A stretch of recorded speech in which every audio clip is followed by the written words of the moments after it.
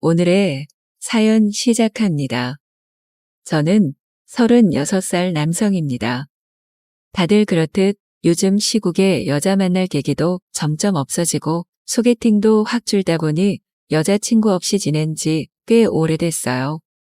그러던 어느 날 친구가 소개팅 시켜줄 테니 당장 나오라고 하더라고요. 잔뜩 꾸미고 약속 장소로 가봤더니 20대 중반이나 될까? 꽤 어려 보이는 예쁘장한 여자애들과 친구가 함께 있더라고요. 오늘 하루 술이나 잔뜩 마시고 재밌게 놀아보자고 하길래 오케이 하고 술 마시러 들어갔어요. 오랜만에 여자들이랑 술게임도 하고 가벼운 스킨십도 하니까 너무 즐겁더라고요. 그렇게 술자리는 점점 무르익어 갔습니다. 그러다 제 옆에 있던 여자애가 갑자기 제 다리를 베고 눕더라고요. 술이 많이 취했는지 웅얼웅얼거리며 오늘부터 오빠랑 1일이라고 제 다리를 잡고 놔주질 않더라고요. 살짝 귀엽기도 하고 그냥 이렇게 은근슬쩍 사귀어버릴까 생각도 했습니다. 그렇게 몇 분쯤 지났을까 그 애가 불편하고 졸린지 괴로워하길래 집에 보내주려고 주소를 계속 물어봤어요. 대답도 못하고 계속 머리만 까딱거리며 누워있길래 친구한테 주소 알아봐 달라고 부탁했더니 둘은 2차로 술을 더 마시러 갈 거라며 그 여자애랑 2~3시간만 같이 있어주면 안 되겠냐고 부탁하더라고요. 친구의 간절한 눈빛을 읽어버린 터라 알겠다고 했습니다. 취한 여자를 데리고 3시간 동안 어디가 있을 데도 없고 어째야 하나 주위를 둘러보다 한 블록 정도 걸어가니 모텔촌이더라고요. 깨끗해 보이는 모텔 하나가 보이길래 얼른 들어갔어요. 이상하게 데스크에 아무도 없어서 저기요 몇 번 부르고 기다리고 서 있었더니 모텔 사장인지 제 또래로 보이는 엄청난 미모의 여성이 잠시만요 하면서 활짝 웃으면서 나오더라고요. 제 옆에 여자가 있는데도 그녀는 눈에 보이지도 않고 여자 사장의 글래머러스한 몸매와 환한 미소만 눈에 들어왔어요. 딱 붙는 랩 원피스를 입고 있었는데 군살 하나 없는 몸에 착 감겨있는 원피스 목부터 가슴골까지 하얀 피부를 가진 정말 제 이상형 같은 여자였어요. 객실 키를 하나 주며 저쪽으로 가시라고 끝까지 미소를 보이는데 어딘가 모르게 마음 한구석이 찌릿하더라고요. 내 옆에 이 아이가 아닌 저 여사장이 있으면 얼마나 좋을까 그 생각으로 온 머릿속이 가득 찼어요. 방에 들어가서 침대에 여자아이를 눕히니 갑자기 제 목을 끌어당기면서 뽀뽀를 하질 않나 오빠 오빠 하면서 애교를 떨고 제 티셔츠를 벗기더라고요. 다른 때 같았으면 이게 웬 떡이냐 물 흐르듯이 진도를 다 나갈 수 있었겠지만 이상하게 자꾸 밖에서 본 여사장의 실루엣이 겹쳐지면서 하고 싶지가 않더라고요. 그때 그 아이가 괴로워하더니 침대 위에 먹은 것을 다 토해버렸어요. 치우고 또 치워도 도저히 제 힘으로는 깨끗하게 치울 수가 없어서 어쩔 수 없이 데스크로 전화를 걸었습니다. 저 203호인데요. 같이 온 일행이 침대에 실수를 해서 침구류를 좀 바꿔주셔야 할 것 같아요. 죄송합니다. 5분쯤 흐른 후 딩동 청소해 주시는 분이 오신 것 같아 문을 열었더니 여자 사장님이 서 있더라고요. 저는 티를 벗고 있었고 땀에 흠뻑 젖어 있어서 문을 열자마자 얼굴이 후끈 달아올라 어쩔 줄 몰라 했습니다. 여자 사장도 살짝 무안해하더니 지금 당장 청소를 할 수가 없다며 아래층으로 방을 바꿔주겠다고 했어요. 얼른 티를 입고 그 여자애를 들쳐업고 다른 방으로 가려고 하는데 마침 친구한테 전화가 오더라고요. 이제 집에 가자고 어디 있냐고 묻는데 순간 잘됐다 싶었어요. 저희 그냥 가겠다고 여사장에게 말했더니 조금 난감해하며 다음에라도 오셔서 대실 사용하시라고 친절하게 말하더군요. 친구가 모텔 앞으로 택시를 타고 왔길래 여자애만 얼른 태우고 가라고 했습니다. 친구는 자꾸 같이 가자고 타라고 했지만 귀에 그 소리가 안 들리더군요. 친구들을 보내고 바로 다시 모텔로 들어갔습니다. 여자 사장이 데스크에 앉아서 멍 때리고 있더라고요. 가서 손목을 낚아챘습니다. 여사장이 깜짝 놀랐지만 제 표정을 보더니 알겠다는 듯 일어나더라고요. 모텔 간판 불을 끄고 만실이라는 표를 세워두고는 102호 열쇠를 집어들고 같이 102호로 향했습니다. 문이 열리자마자 누가 먼저랄 것도 없이 옷을 벗었습니다. 그렇게 들춰보고 싶었던 그녀의 치마 속에 하얗고 매끈한 다리가 보였어요. 몸매가 정말 생각하던 것 이상으로 너무 아름답더라고요. 살결이 정말 뽀얗고 부드러워서 더 이상 가만둘 수가 없었어요. 그녀가 살짝 고개를 들길래 턱을 잡고 그녀의 입술을 느꼈습니다. 전혀 흥분해 보이지 않던 그녀도 가쁜 숨을 몰아쉬더라고요. 그대로 그녀를 침대에 눕히고는 그녀의 다른 곳들도 천천히 음미하며 느꼈습니다. 그녀가 가끔 내뿜는 숨소리에 저는 점점 더 흥분해 갔지만 아직 사랑을 나누기엔 이르다고 생각했어요. 점점 더 그녀를 탐닉하다가 그녀의 흥분이 최고조에 달하자 조그맣게 그녀가 제 귀에 속삭였습니다. 저는 이때다 싶어 그녀와 사랑을 나눴습니다. 소중히 다루고 싶었지만 욕구가 절제가 되지 않아 거칠게 몇 번을 이어갔어요. 한참 동안 제 모든 욕구를 그녀에게 쏟아내었습니다. 그녀도 저도 너무 지쳐 잠시 누워 있었어요. 반대쪽을 보고 누워있는 그녀를 뒤에서 힘껏 안았는데 제 품속에 쏙 들어오는 게 너무 행복하고 세상을 다 가진 것 같더라고요. 그렇게 저도 모르게 잠이 들었습니다. 얼마쯤 잤을까 눈을 떴더니 저 혼자 102호에 덩그러니 누워있더라고요. 그 여자와 할 이야기가 많았습니다. 궁금한 것도 정말 많았고 앞으로 더 알아가고 싶었어요. 얼른 문을 열어보니 데스크에는 나이가 지긋해 보이는 남자 사장님이 앉아 계시더라고요. 뒤통수를 맞은 것 같았어요. 너무 황당해서 우선 샤워를 하고 나왔습니다. 데스크에서 남자 사장님께 그 여자에 대해 묻고 싶었지만 어떤 사이인지 떠통감이 안 잡혀 불쾌하실 수도 있어서 묻지 못하고 모텔을 나왔어요. 그날부터 술을 함께 마셨던 여자애와 몇 번 더 만남을 가졌습니다. 굳이 더 보고 싶진 않았는데 그 모텔 근처에 가고 싶어 일부러 만들고 싶었던 것 같기도 하네요. 모텔 앞을 스치며 데스크 쪽을 슬쩍 봤지만 항상 남자분이 계셨습니다. 그렇게 몇 달이 흐르고 결국 전 그 여자애와 사귀게 되었어요. 저를 다 채워주진 못했지만 나름 귀엽고 싹싹한 아이라 점점 마음이 가더라고요. 어느 날 저녁 아무렇지 않게 여자친구의 손을 잡고 그 모텔을 들어갔습니다. 그 여자가 있더라고요. 저도 모르게 잡고 있던 손을 놔버렸어요. 여자친구가 툴툴거리며 다시 잡더라고요. 그 여자 앞으로가 카드를 내밀고 키를 받으며 살짝 손이 스쳐버렸는데 몇 달 전에 그녀와 있었던 그 몇 시간이 어제 일처럼 생생하게 지나가며 순간 전율이 흐르고 저의 그곳에 힘이 들어가 버렸습니다. 그 여사장은 조금의 어색한 기색도 없이 203호는 저쪽으로 가시면 돼요. 라고 활짝 웃으며 안내하더라고요. 저만 그녀의 숨결과 손길을 못 잊었던가 보네요. 203호의 문을 열자마자 여자친구와 거칠게 한참 사랑을 나눴습니다. 한여름밤에 꿈처럼 지나갔던 그녀와의 몇 시간은 잊히지 않고 또 잊을 수 없겠지만 저는 다시는 그 모텔 근처에 가지 않기로 다짐하며 여자친구를 안아주었습니다.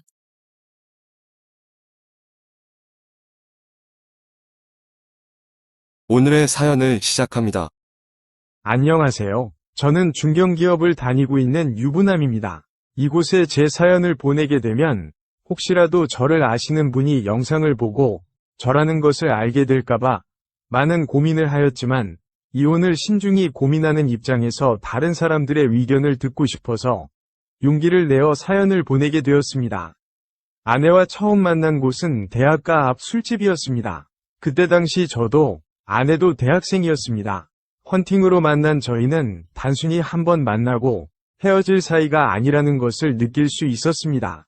이야기를 나누면서 이렇게 저와 대화가 잘 통하고 성격이 맞는 여자가 있냐 싶을 정도였습니다.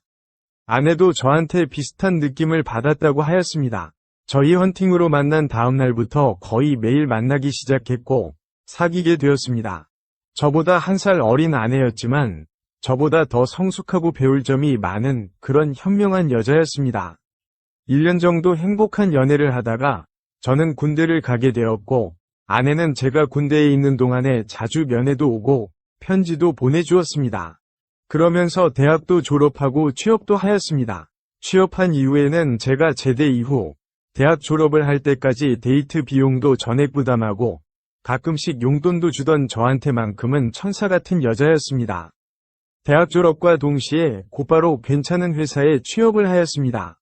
1년 동안 열심히 일해서 모은 돈과 아내가 가지고 있던 돈을 합쳐서 작은 아파트 전세를 구해서 결혼을 전제로 동거를 시작하게 되었습니다. 물론 양가 부모님께 인사도 드렸고 허락도 받았습니다. 그래서 동거를 시작한 이후에는 임신에 대한 부담을 없애고 피임 없이 사랑을 나누었습니다. 그렇게 반년 정도 아내와 동거를 시작하니 첫째 아이를 임신하게 되었고 그러면서 예상보다 일찍 결혼식을 올리게 되었습니다. 임신을 하지 않았다면 2년 정도 동거를 하다가 결혼을 할 생각이었습니다. 결혼식, 출산, 육아, 돌잔치 등 힘들기도 했지만 인생에서 최고로 행복한 순간을 지내는 동안 아내는 경력이 단절한 사람이 되었습니다. 다니던 회사에는 인원수가 적은 중소기업이다 보니 육아휴직을 받아주기가 곤란한 상황이어서 퇴사를 하게 되었습니다. 아이를 어린이집에 맡기고 취업을 알아보기 시작했지만 아무리 아이를 어린이집에 맡겨도 아이 때문에 수시로 일찍 퇴근도 할 수 있는 직장을 구하려고 하니 쉽지 않았습니다. 게다가 아내가 직장 경력이 6년 정도 되지만 특별한 자격증 또는 업무 경험이 없고 학벌도 지방전문대 졸업이기에 저희 사정에 맞는 회사에 취업하는 것을 거의 불가능에 가까웠습니다. 그래서 이곳저곳을 알아보던 중에 아내가 영업직으로 취직을 하였습니다. 영업직이다 보니 영업 실적만 괜찮으면 그나마 다른 직군 대비 출퇴근도 자유롭고 괜찮은 보수도 받을 수 있었습니다.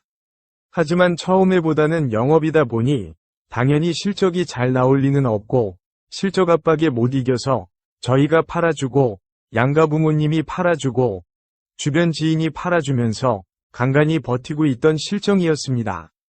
더 이상은 아닌 것 같아서 아내에게 영업도 그만두고 다른 일을 알아보자고 하였지만 아내는 잘할 수 있다며 조금만 더 해보고 싶다고 하였습니다. 아내가 얼마나 힘들게 취직을 하였고 그래서 누구보다 열심히 일했는지 잘 알기에 아내의 의견을 무시할 수가 없었습니다. 조금 더 기다려보고 나중에 다 갚으면 된다는 생각으로 주변 지인들에게 조금 더 부탁을 해보자고 생각했습니다. 그렇게 1년이라는 시간이 지나서 우연히 아내의 핸드폰을 확인해 보았는데 연체된 카드 문자와 은행에서 온 대출 상환 안내 문자 등 돈에 관련해서 갚으라는 연락이 5건이나 있는 것이었습니다. 어떻게 된 거냐고 물어도 혼자서 다 해결 가능한 수준이라며 걱정하지 말라고 하였지만 도저히 걱정을 멈출 수가 없어서 아내 몰래 찾아보았습니다.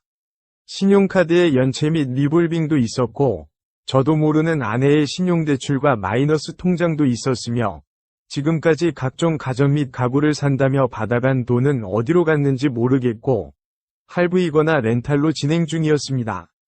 그런데 그것도 대부분이 서너 달씩 밀리거나 연체되어 있었습니다. 게다가 몇 번이나 처갓집에 이야기해서 저 몰래 돈을 받아서 빚도 갚고 연체금도 상환하면서 급한 불을 껐던 것도 확인하였습니다. 이렇게 많은 빚과 연체를 하면서 만든 돈으로 본인의 영업실적을 채우고 있던 것이었습니다. 그렇게 영업실적을 채워서 월급이라도 많이 받으면 좋겠지만 각종 사유로 공제되면서 금액도 적거나 없는 달도 있었습니다. 제가 확인한 빚만 5천만 원 정도 되는 것 같았습니다. 심지어 처갓집에서 갚아둔 2천만 원을 제외한 금액이고 제가 모르는 빚이 더 있을 수도 있습니다. 제 소득으로는 1년에 500만 원도 저축하기 힘든 형편이기에 저희에게 5천만 원은 절대 작은 돈이 아닙니다. 결국 이 모든 것을 아내에게 오픈을 하고 물어보니 아내 몰래 찾아본 것을 가지고 무작정 화만 냈습니다.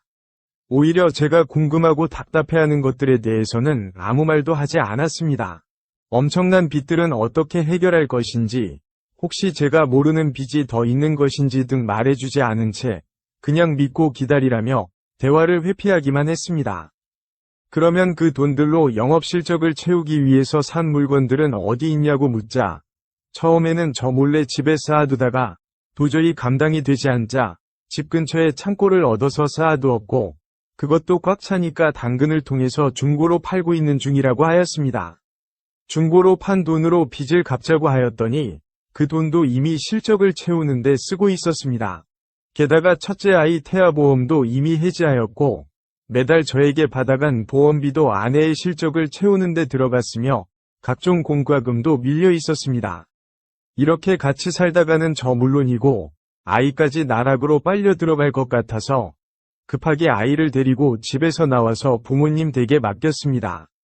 갑자기 찾아온 저와 아이를 보면서 무슨 일이 있냐고 물으시길래 간단하게 상황을 말씀드렸더니 저희 부모님께도 제가 다니는 회사가 힘들어서 월급이 반밖에 안 나온다면서 생활비가 부족하다며 200만 원씩 4번이나 받아간 사실도 알게 되었습니다. 부모님께 죄송하다는 말씀밖에 할 말이 없었습니다. 아내에게 이혼을 하자고 말을 하였고, 아내는 다 같이 잘 살아보려고 하다가 잘 안 돼서 이런 건데, 남편인 사람이 이해하고 도와주지는 못할 망정, 이혼하자고 하면 되는 거냐며 제 원망만 늘어놓았습니다.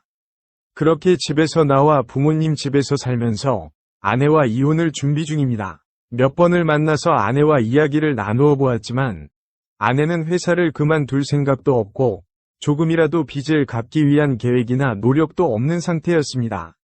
아무리 제 아이의 엄마라고 할지라도 이런 엄마라면 아이를 위해서라도 어릴 때 이혼을 하는 것이 맞다고 생각이 듭니다. 그래서 이혼을 하려고 하는데 아내 말대로 제가 문제가 있는 걸까요? 오늘의 사연은 여기까지입니다. 구독과 좋아요, 알림 설정 부탁드립니다. 긴 글을 읽어주셔서 감사합니다. 구독과 좋아요 꾹꾹 눌러주세요. 꾹꾹. 알림 설정도 꾹꾹 눌러주세요.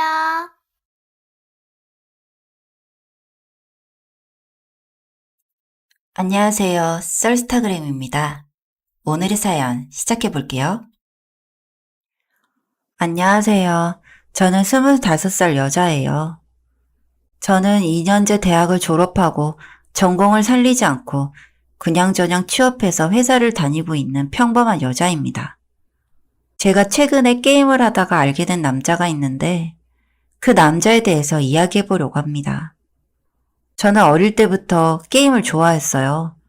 친구가 없었거든요. 뭐 왕따? 그런 거였어요. 친구들의 괴롭힘이 있었던 건 아닌데 친구는 없었으니 이것도 왕따 맞겠죠? 무튼 저는 그래서 학교를 마치고 친구들과 어울리는 시간보다 집에서 혼자 있는 시간이 많았어요. 혼자 할 수 있는 게 뭐가 있을까 생각하다 게임을 시작하게 됐죠. 안 해본 게임이 없을 정도로 정말 게임을 많이 했던 것 같습니다. 그리고 그 안에서는 게임 잘하고 아이템을 좋으면 다들 말을 걸어주니까 전 게임 속 세상이 너무 좋았어요. 그렇게 학창 시절을 보내고 지금의 나이가 됐죠. 성인이 돼서는 일하느라 바쁘다 보니 한동안 게임을 못했어요. 그러다 최근에 다시 시작하게 되었죠. 요즘엔 인터넷이 참 많이 발달을 해서 게임하는 사람들끼리 정보도 주고받고 그런 게 많아졌잖아요. 예전보다 더 활발하게요. 저도 그런 걸 이용하면서 게임을 했어요. 그리고 많은 고수님들이 알려주는 대로 캐릭을 키웠고 드디어 다른 사람들이 함께 게임하고 싶은 캐릭을 완성시켰죠. 성인이 돼서 게임을 하니까 좋은 점은 현질을 마음껏 할 수 있다는 거였어요. 어쨌든 돈을 쓴 만큼 캐릭터가 좋았습니다. 게임 속에서 많은 사람들이 또 말을 걸기 시작했어요. 저는 그 사람들과 시간이 맞을 때 게임을 같이 했어요. 그 많은 사람들 중 제가 들어갈 때마다 항상 접속 중이던 사람이 있었습니다. 저는 이 사람은 백수인가? 할 짓 더럽게 없나 보네. 이렇게 생각을 했죠. 그리고 저도 게임 접속을 꽤 자주 하던 편이어서 그 사람도 제가 자주 접속하는 걸 알았는지 1대1 채팅을 신청하더라고요. 저는 대수롭지 않게 수락했고 그렇게 그 사람과의 인연이 시작되었습니다. 그 사람은 자영업을 하고 있는데 본인이 사장이라서 시간 여유가 많아서 게임을 자주 한다고 했고 나이는 31살이라고 했습니다. 저는 남자를 한 번도 만나본 적이 없었기 때문에 나름 또래의 남자라고 생각이 드니 조금은 설렜어요. 게임에서 만나고 사귀고 그러는 걸 안 좋게 보는 사람도 있지만 저는 같은 관심사와 취미가 있으면 좋겠다 생각하는 주의거든요. 어쨌든 그렇게 저희는 게임을 통해서 가까워졌고 이 나이에 좀 웃기지만 게임 안에서 사귀기로 했어요. 그렇게 저희는 게임 속 연인이 되었죠. 그리고 점점 가까워지면서 게임 속에서만이 아니라 실제로 연락을 주고받게 되었습니다. 마치 실제 연인처럼요. 저는 서울에 살았는데 그 사람은 부산에 살고 있다고 했죠. 저는 그 사람에 대한 기대가 점점 커져갔습니다. 그리고 상상연애 비스무리한 걸 하게 된 것 같아요. 조금만 연락이 없어도 기다려지고 불안하고 화가 나기도 하고요. 게임 안에서가 아닌 게임 밖에서의 그 사람에 대해 샅샅이 알고 싶었죠. 그리고 빨리 만나고 싶었어요. 만나서 얼굴 보고 제 감정을 전하고 싶었죠. 하지만 그 사람은 만날 날을 계속 미뤘고 결국 저는 그렇게 하루하루 시간을 보내다가 전화로 제 마음을 고백했습니다. 그리고 그 사람도 제가 좋다고 했고 저희는 그렇게 연인이 됐던 거죠. 한 번도 만나지 않고 사귄다는 게 조금 마음에 걸렸지만 그래도 저는 그 사람이 엄청 좋았거든요. 그리고 얼굴을 못 본 채로 하는 연애는 3달 정도 이어졌어요. 그러던 어느 날 그 사람은 저에게 이번 주 주말에 뭐 하냐고 물었고 저는 아무것도 안 한다고 답했습니다. 그랬더니 그 사람은 기차표를 끊어주며 금요일 저녁에 자기를 보러 오라고 하더군요. 그 사람은 저를 보러 올라오고 싶지만 일 때문에 자리를 오래 비울 수가 없다면서요. 저는 너무 좋다고 했고 금요일만 기다렸습니다. 그리고 금요일이 되었고 전 퇴근을 한 후 바로 서울역으로 가서 부산행 기차를 탔어요. 가는 내내 화장을 고치고 또 고치고 거울을 보고 또 봤죠. 그렇게 긴장한 채로 부산에 도착을 했고 부산역 앞에서 절 기다리고 있는 그 사람을 보게 되었습니다. 실제로 처음 보게 된 그 사람은 말해줬던 나이보다는 나이가 조금은 들어 보였어요.